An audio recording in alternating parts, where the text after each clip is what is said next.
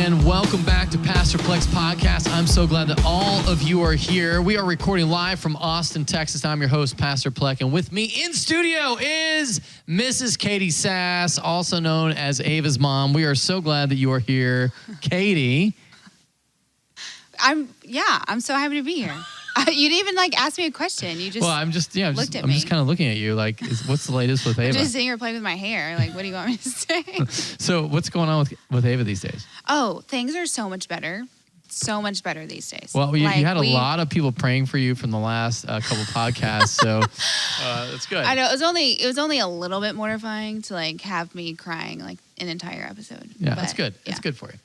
Well, we're going to recap a little bit of Exodus chapter 6, and then we're going to move into some questions that you guys have. Exodus 6 was really about walking with God and trusting in his plan for us. And I think there's a couple reasons why. Is maybe you've had some broken promises. And one of the things I talked about on Sunday was when I was in the Army, we had something called the Ranger Creed. I don't know if you ever heard about the Ranger Creed.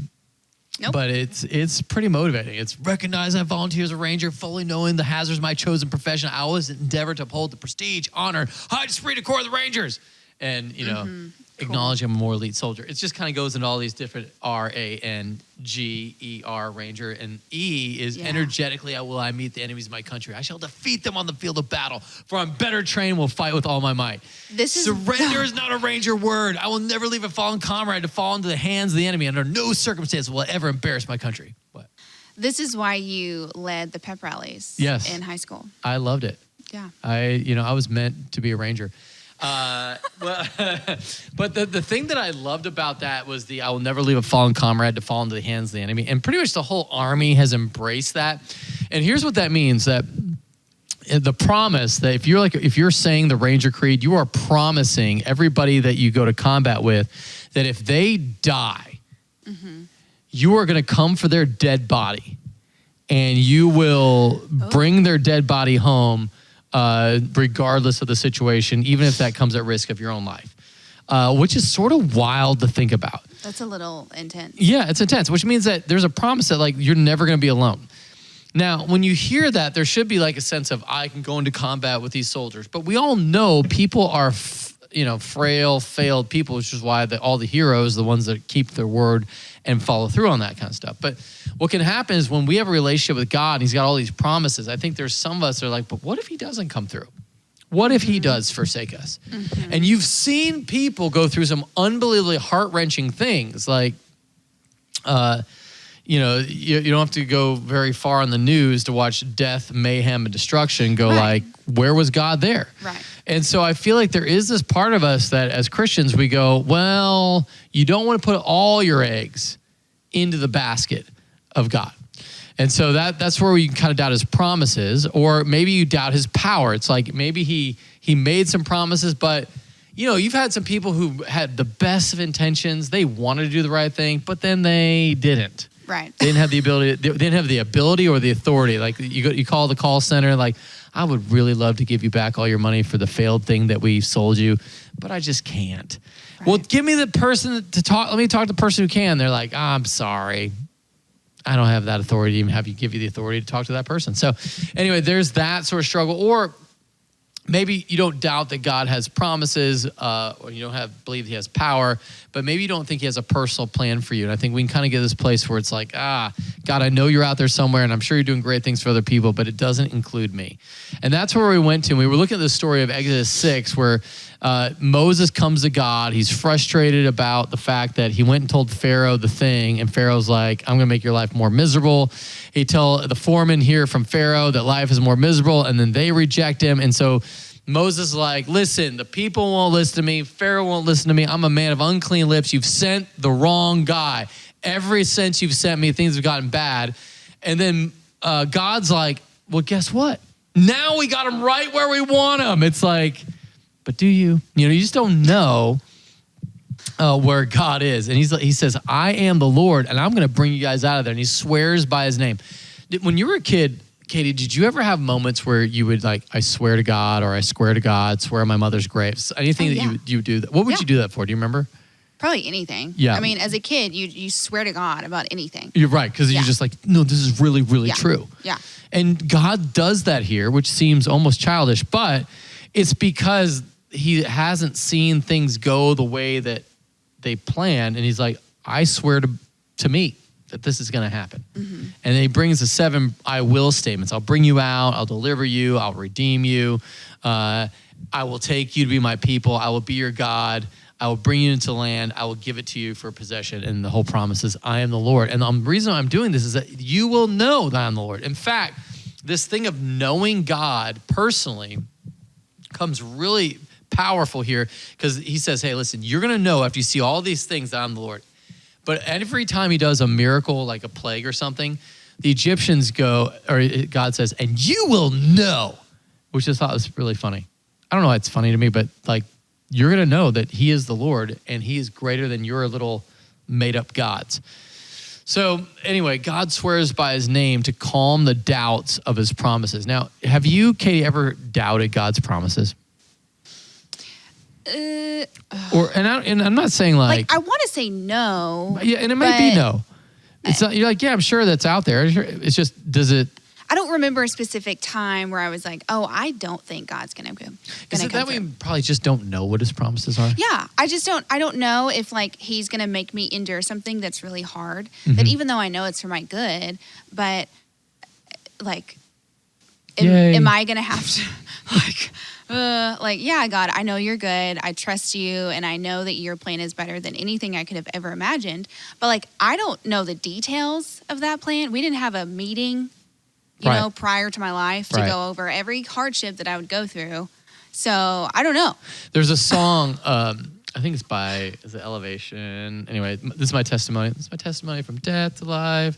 You're okay. And there's this one part of the song goes, if I'm not dead, you're not done. Right. And one of the other pastors on staff at the time, went through a miscarriage. And he's like, well, I guess you are done. You know, it was like really hard to experience death in that, because clearly that means you're done with that life of that kid, unless you realize that that God is just and glorious, and that God has even a plan in that. And I think it's really hard to kind of wrap your head around that when you see death like that. And it goes like, well, it looks like you are done. I constantly, and this is why, I mean, my eye was like so bloodshot for like 2 or 3 days last week because of stress. Yeah, really? You get bloodshot eyes when you get stressed? I do now, I guess. But... Was it like because there's like something because in your before eye? I was a mom, I didn't stress about things like this. Like I constantly, and I've talked to Ryan about this, and he's like, you really can't live like that. But I have this fear that Ava's gonna die like at like a super early age, and like if she were to die, if something were to tragically happen and she died, you know, I wouldn't sit there and be like, well, God, you suck, like you're not good, because I would know truth, he is good, right? But it would be so hard to experience that sort of pain, and know, like, and still know that God is good, but you don't really know why. Like, why would you? So, anyways, I don't like. I think you're asking the question that everybody asks: why does God allow evil, pain, and suffering? I mean, I don't know, maybe, but it would just suck having to like live that way. Absolutely. But I think this is where God writes his name on you in Revelation 3:12.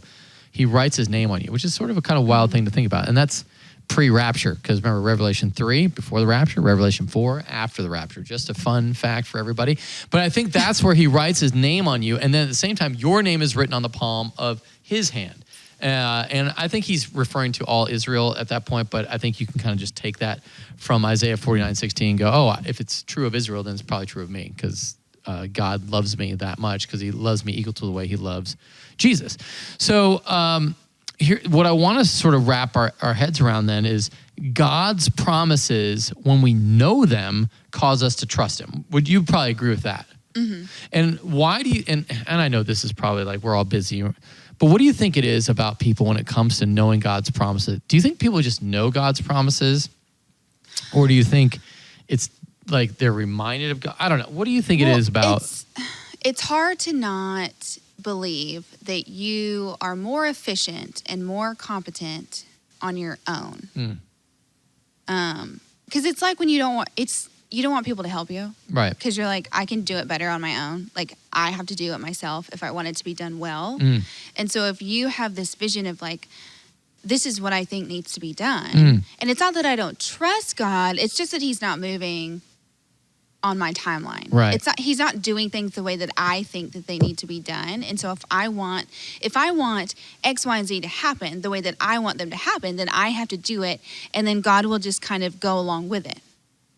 And I think subconsciously, maybe that's how people process things. Right. But wouldn't you think if people like, I don't know, if there was God's promises were on billboards all over the place, I will never leave you or forsake you. I love you. I don't know. Some like, if you trust me, I will always come through for you. Delight yourself in me, I'll give the desires of your heart. I mean, I can believe that, but I still struggle with living in fear and anxiety that like something tragic is going to happen to my kid. And Ryan's like, well, it's because you're trying to do this on your own. And I'm no, that's good. I guess what I'm saying is like, is the absence of God's word in the life of a Christian, does that cause you to doubt more?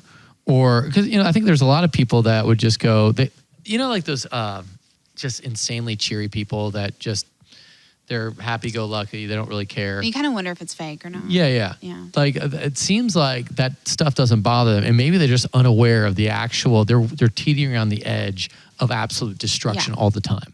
Yeah. And so I think there's got to be this happy medium of like just being in tune with reality. But then you really have to lean into God's promises or else I don't know. I think that's important. So I feel like that's kind of where we went. And the example I used, which is kind of funny. I asked Cody for a Craftsman wrench because I wanted to talk about Craftsman wrenches. Oh, that wasn't your personal wrench? No, it was actually Cody's. And the problem with it's an REI wrench. Did you know that? You know what happens with REI wrenches? You were holding an REI wrench? I was. But claiming it was a Craftsman? Well, I didn't really know until after the first sermon. And then second sermon, I had to change my sermon because I realized it was an REI wrench. Here's the thing about the REI wrench. It has a 90-day limited warranty. So second service, I was like, if this were a Craftsman wrench. Oh. And I talked about the imputed name, and I talked about how Craftsman puts their name on something it's guaranteed. Well, I was for at life. second service. Okay, yeah. So I said if this was a Craftsman wrench, but I said if it were an REI wrench, it's only good for 90 days. And so you better, if you're going to break it, you better break it in the first 90 days. And it kind of your analogy was really good. So yeah, the analogy second service came to me as I realized I wasn't holding a Craftsman wrench. I was like, so if this were an REI wrench, here's the problem with REI is that if they don't guarantee their stuff. So their name is only good for 90 days, whereas a Craftsman wrench is good for life.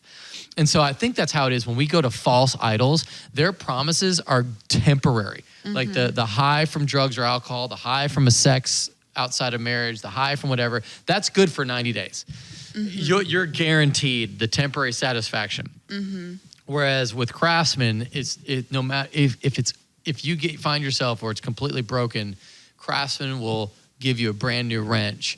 No questions asked, because that's their name is on the line. And I think when we have God's name on us, his name is on the line, so that when you're walking around going, yeah, his promises aren't good, like I don't trust him. Right. Isn't that wild to think about? So I think that's what I was really trying to get across was imputed righteousness. Well, if you don't trust God, then you're just going to live stressed out all the time. All the time.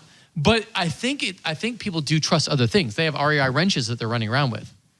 And they trust that wrench. Like jobs. And then what's that? Like jobs. Jobs, relationship, children. The guarantee of the REI wrench goes until it breaks, and beyond the 90 days, there's no guarantees. Whereas beyond the 90 days, the lifetime of imputed righteousness means like your good is his glory, which is sort of wild. It's connected. You can't separate your good from his glory, because he wants it as an imager of God. If he's marking his territory with people who are made in his image, he wants that person to represent him really well. Which then you look at like Job. Well, how did that work out? Well, ultimately God redeemed Job's life. Well, what about somebody who doesn't get redemption this side of heaven? Well, ultimately it all points to his glory, and ultimately we're going to get his good. And if it's not good, then he's not done. I think that's a better way to put it. If it's not good, he's not done. But I don't know. What do you think? So are we guaranteed like happiness at the end of our lives? Like, I mean, what's the end? See, I think that's the problem. If we look at end as like when your pulse stops, then no. But if you look at the end as being with Jesus, then yes, it's good. Oh, okay. Because people are all going to die. There's some people die in horrific ways that are like, mangled car accident. Yeah, or if like, you're kidnapped and you are tortured for like weeks and then you just die. Right. And like, that's not good. Right. But that's not good. But if you were a follower of Christ, then you get heaven and reward and love and grace and mercy and all the things. Whereas, although if you were, I guess, a non-Christian, you were tortured and killed, hell would be way worse than that. So you'd almost long for the torturing and killing on earth. Oh, yeah. That's true. So for a lot of people, this is their heaven. It's as good as it's going to get because they're outside of God and they're outside of his promises. So this life is all there is for them because it only goes downhill after that, which is sort of sad to think about. Yeah. Okay, well, keep moving. So one of the things that we then went into is that after Moses gets told by God to go and tell the Israel people, they didn't listen to Moses. Verse 9 says, because of their broken spirit and harsh slavery, which I thought was sort of sad. Wait, say that again? So remember, God says, hey, go tell the people all the I am and I will statements. Mm-hmm. I'm going to bring you out. I'm going to do this. I'm going to do this. And they're like, yeah. Listen, I don't want any more promises. It kind of reminds me like about the guy that you loan money to. Mm-hmm. And he's like, listen, I'm going to pay you back. I just need a little more time. And I promise you I'm going to pay you back. And at some point you go, yeah, I don't know if you're actually ever going to pay me back. Yeah. And it's not, in this case, it's not even I'll pay you back. Like listen, so one of the things my dad would do when I was growing up is he would always promise like one day we're going to be rich and have Ferraris and stuff and houses and cars and pools and blah, blah, blah. And really? at first, it's wild. That was kind of the thing that he would love to say. Yeah. And so at first I was like, man, this is going to be great. And the promise was there. And I believed the promise like one day. And honestly, what was cool about that promise is that like, it made you endure a hard day. It like, no matter how hard it got, one day we're going to be loaded. Well, then I realized that day was never happening. And then he'd start promising things. I'd be like, Dad, I love you. You don't have to promise these stuff. I love you anyway. Yeah. And he'd be like, no, it's really going to, this is the deal. It's going to come together. And eventually he died and none of those promises came true. But I wasn't like, I didn't feel let down. I felt sorry for him. And I think what's going on with the people here is they're like, Moses, you talked to the burning bush again, didn't you? It's like, hey, Moses is old. He's 80 and it's time. Because imagine the amount of dementia people, they got beaten, they were in slavery, there wasn't probably the best health care. They're like, they probably saw people lose their minds all the time. And here comes Moses from the wilderness and he talked to God in a burning bush. And then they did a couple magic tricks. And then he's like, God's going to get us out of here. And he went from like an inspiring communicator of God's message to the weirdo with the beardo in a matter of minutes because things are getting worse and they don't want to hear from him anymore. And it's because their spirit was broken. And so has there been a time for you, Katie, where your spirit got so broken that no matter how many times like, God's going to make it okay. God's going to do something. And you're like. Yeah, the past 2 months. Of like Ava fighting nap time and bedtime and all the screaming and the kicking the door and like for 2 months, Ryan and I were miserable. Mm-hmm. And then for 2 weeks out of that 2 months, the last 2 weeks of it, we were excruciatingly miserable because we're like fighting this 3-year-old to try to just stop kicking the crap out of the door for 45 minutes, you are going to bed. Yeah. And so then, it's like when your kids are like stressing you out, then you're at each other's throats. And so then you're just exhausted. And so now, like, when I was in the middle of that, I was like, this is our life now. Mm-hmm. Yeah. Like, this well, is... I totally understand that. This is miserable, and God is punishing us. I literally texted Debbie one night, and I said, I think God is punishing us for something. Like, there's something that we did that we deserve this, like, awful experience. And like, God gave us this strong-willed child because he just wants to punish us. Yeah. When really we were just needing to grow. I totally get that. In 2020, in January 2020, whenever Adrienne gets stressed out, she starts painting things. Like, she does new home projects. Mm-hmm. And so we were on year 8 of like the screaming, and it hadn't stopped. Yeah. And every morning, Pax would scream at several times a night, and then Titus would get up and he would been so easy for so long, and then he just... Yeah. And so Adrienne, I just remember one night she's just painting, and like she's angry, and she's like can't even see me anymore. It's like it was weird. Yeah. And I was like, oh man, we're about to hit the place of done. Where this is like we're snapped. The amount of friedness, because Adrienne at one point when Austin was like 11 months, she'd just go walking at like 3 a.m. just to get away from the screaming. Mm-hmm. It was just nonstop. Mm-hmm. Mm-hmm. And so I remember just like, we are so fried, so done. And I just got an email from like a military camp, and they're like, hey, come to this military camp, get away. It's for people with PTSD. And I'm like, I don't know if I have PTSD, but my wife sure looks like she has PTSD. Yeah. And so it was a free camp, and it was not even 45 minutes from here. And so they took us, and we went with 3 of our kids, and we left Paxton. I think Micah and Trevor came to stay with Paxton, and like they stayed at our house with Pax, so that we could go to this. And it was awesome. It was like, and we had a licensed counselor that would just follow us around. It was so great. Sometimes I wish we had a live-in counselor. Yeah, it was awesome. And so like the counselor goes, we're sitting down, and the counselor goes, so this was classic. She goes, Adrienne, are you always like this? And she goes, what do you mean? She goes, like this. And she does her, how Adrienne talks. And then she goes, it was like, I think you might have ADD. Oh my gosh. And for some reason that really spoke to Adrienne. She started, I think she started crying, and she's like, I think I do. My whole life I haven't been able to function, blah, blah, blah. It was sweet. Anyway, I think that was the start. Like, that break, we needed to have a counselor. She wasn't even a Christian. But she was very able to kind of minister to us in that moment.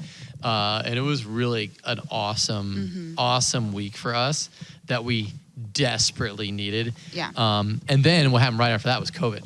So it was like February of 2020, that happens, and then we go straight into COVID. It was wild. Oh, wow. Yeah, it was crazy. Anyway, so I think God in the broken, he knows when you're at your limit, and he is able to it's not like he took away anything, but for just a moment, he gave us a breath, free breath. Like, hey, go to this thing. Mm-hmm. Here are these people that are going to love on you. And we just needed it right then. And we took that fully from the Lord. It was great. Well, I feel like the episode a couple weeks ago was like really therapeutic for me. It was good. Well, because that week was the hardest week. Yeah. The hardest week ever. And like, I don't know, there was something like, even though just love Marlon talking up here, just like, yeah, I just would I was just sitting there crying and listening to him talk, and then listening to you talk, and listening to, and I was just like, I'm just gonna sit up here and cry, and it's fine. I feel miserable, but I'm here, and I'm just gonna cry about how hard parenting is right now. It is hard. There's moments where it gets so hard. But it was a season. It was a season, and it's like people can tell you that. People can say it's just a season. You need to have like I got frustrated with my brother-in-law, Chris Blaisel, because we're like all talking about it at the house, and he's like, Katie, you've got to like shift your perspective, and like you've got to, it's like, it's only a season. She's just going through a phase. And I wanted to be like, okay, you have an angel child. Mm-hmm. And you do not know. Like, I just wanted to go Yeah, off. every person that Yeah. tells us anything about Yeah. when they have angelic children. Yeah, we're I'm like, just like, you don't freaking know. We live in they a don't- battle zone. Yeah. zone absolutely. all the time. But like now that we're out of it, it's been 4 nights now in a row that she has literally kicked us out of her room. That she has said, "Okay, night night, Daddy. Wow. Can you leave now?" And Ryan's like, "Happily, like, of course I will leave your room." And Yeah. like, no crying. She's not laying next to the door, kicking the crap out of it for 45 minutes. Like, there's no more of that. Like, she suddenly decided, Clicked. like, oh, okay, I'm not getting out of this. Like, Yeah, that's huge. I'm not in charge. She made the connection. Okay, Way to go. I'm done now. Yeah.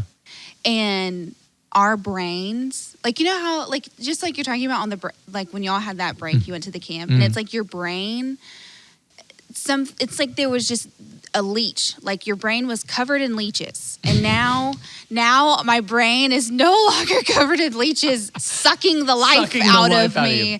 And I'm like, I can go through the day not loathing when I need to get this animal down for nap. Mm-hmm. I no longer have to like loathe bedtime because I know she's gonna lay there and scream forever. And like, it's just been, so anyways, I just needed everyone to know that I'm no longer on the edge of the cliff and I'm fine now. Well, she's cured. Guys, don't worry about me anymore, okay? Everyone texting your prayers for Mrs. Catie Sas. She's going to need them extra. Well, that kind of gets us to the next point is that there are moments where you're fine and you're not fine. And Moses was not fine in this season. Yeah. And he goes, how then shall Pharaoh listen to me? For I'm a man of unclean, uncircumcised lips. And I love that. And then he goes right into this cracks me up, a genealogy. It's like, it's not ever going to happen. And said, and these are the heads of their father's houses. And you're like, what a random spot to put a genealogy in. And at the end of the genealogy, it says, these are the Aaron and Moses to whom the Lord said, bring out the people of Israel from the land of Egypt by their hosts. It was they who spoke to Pharaoh, king of Egypt, about bringing out the people of Israel from Egypt. This Moses and this Aaron. And I'm like, why is that in there? And the only thing I can think of is after, because it ends with, in verse 30, because Moses said to the Lord, behold, I'm a man of uncircumcised lips. How will Pharaoh listen to me? So verse 12, how will Pharaoh listen to me? I am of uncircumcised lips. And verse 30 say the same thing. And in the middle, so they're the bread of the meat, which is the genealogy. And that cracked me up because I think what Moses needed to be reminded of by God is that your lineage, you cannot change the fact that God has called you and you've been born in this position. And I think for a lot of us, we're like, you've got the wrong guy. I can't do this. I can't parent my child. I can't do this job at work. I can't live this life of singleness. I can't live in holiness. I can't, whatever. I'm the wrong. God, you've got the wrong guy. And what God used here with Moses, he goes to the genealogy. And I think for us, our genealogy is really short because it's the right theology, which gives us a new genealogy, which is straight to the Father through Jesus. And that to me is when we have that reminder that God has purpose for us because he saved us for a reason and a season here on earth, it can give us great hope that we are named in the promise to fulfill his purpose. Any thoughts there? Mm-mm.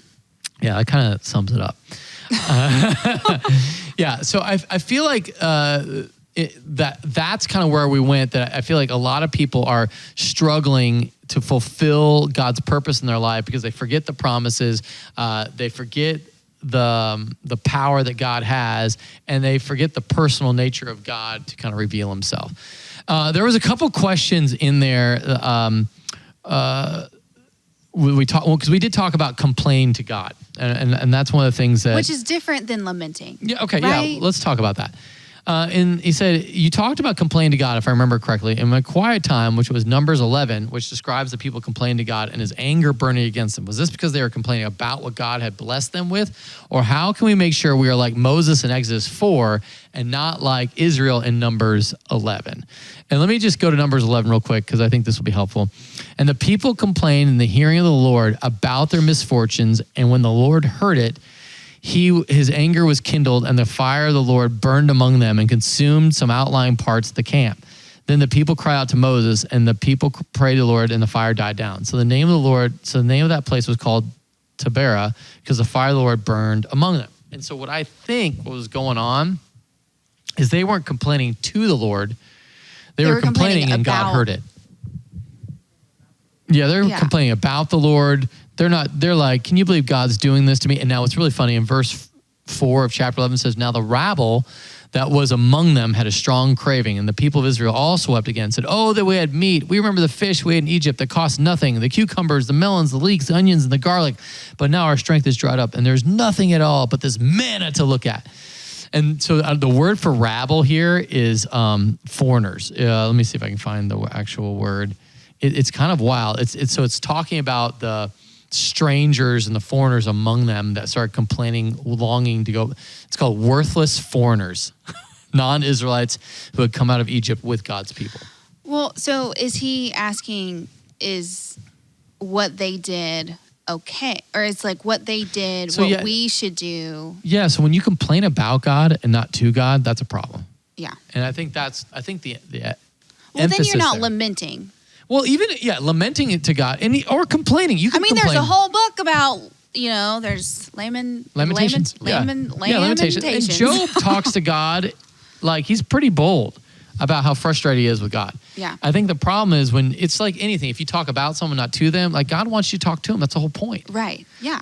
So I do feel bring your complaints, bring your struggles, bring it all to God. Because if your heart's not in the right place, and the Holy Spirit, like God will have the Holy Spirit kind of shift your conviction. So it's like this. If you were to say like, why did God give me Ava?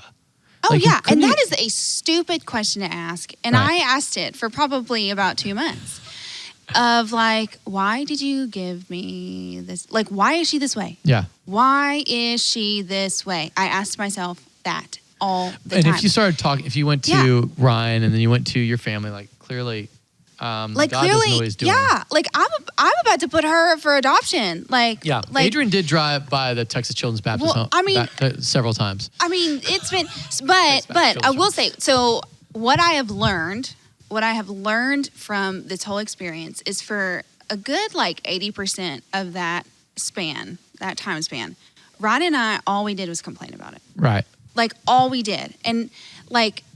It was hard to like pray about it because we were just so frustrated and so fried and so confused because you can try all these parenting tricks. You can try all the like, we Googled like everything to try to do and nothing worked. And so we just complained about how our kid is just a disaster. And this is just how we have to live. Well, then once there was one night where Ron was like, we need to fast. Like we need to like, nothing is working. Like nothing is happening. And so I know you're not supposed to like tell people that you fasted, but I'm like this is what we. If the purpose of your fasting is to get attention, then yes. No. So we're like, okay, let's fast from 1 p.m. to 1 p.m. the next day. Mm-hmm. And that night at bedtime, we sat together and we prayed. We prayed through Acts, the ACTS. Mm-hmm. And then, we prayed again at when we went to bed, and then church was the next morning. So we started the fast Saturday. And it was from that day that it started to progressively get better. Wow. And we reached out to Debbie and Robert because we weren't really telling them that it had been hard. We'd been kind of struggling with her for a while, but we weren't saying, hey, we need prayer. We were Right. just like, oh, like she didn't sleep or she didn't, Yeah. blah, blah, blah. Just a lot of complaining. Just groaning and Yeah. complaining and bickering. And we weren't doing anything about it. But like we did that one day of fasting, and then it kind of, God shifted our hearts, and Robert and Debbie were like praying over us. And there was one night where we did like a family prayer where like them, and then Chris was there. Christine was feeding Rocky, so she wasn't in the room, but they like laid hands and like prayed over us. And because it had been such a struggle bus, and we just were at a loss. And so they prayed over us, and we just kind of continually had like a shift where it got better. Yeah. And so I think what we were doing 80% of the time was just complaining. Yeah. I mean, we would look at each other and be like, who did she get this from? Like, Just start blaming each other. And we would just fight with each other. We would just pick fights. And it was just so hard what felt like such a long time, but it was only 2 months. But like the 20% was when we finally kind of got our act together and we're like, okay, we need to like really take this seriously and like pray about it. I love that. And one of the things that my son we were going to camp today, and I was dropping him off, and I was like, are you excited about camp? He's like, yeah, not really.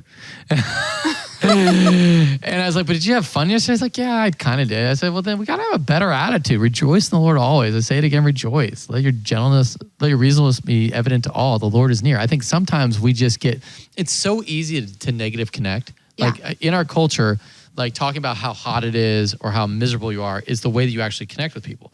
Because in general, nobody wants to hear how great your life is.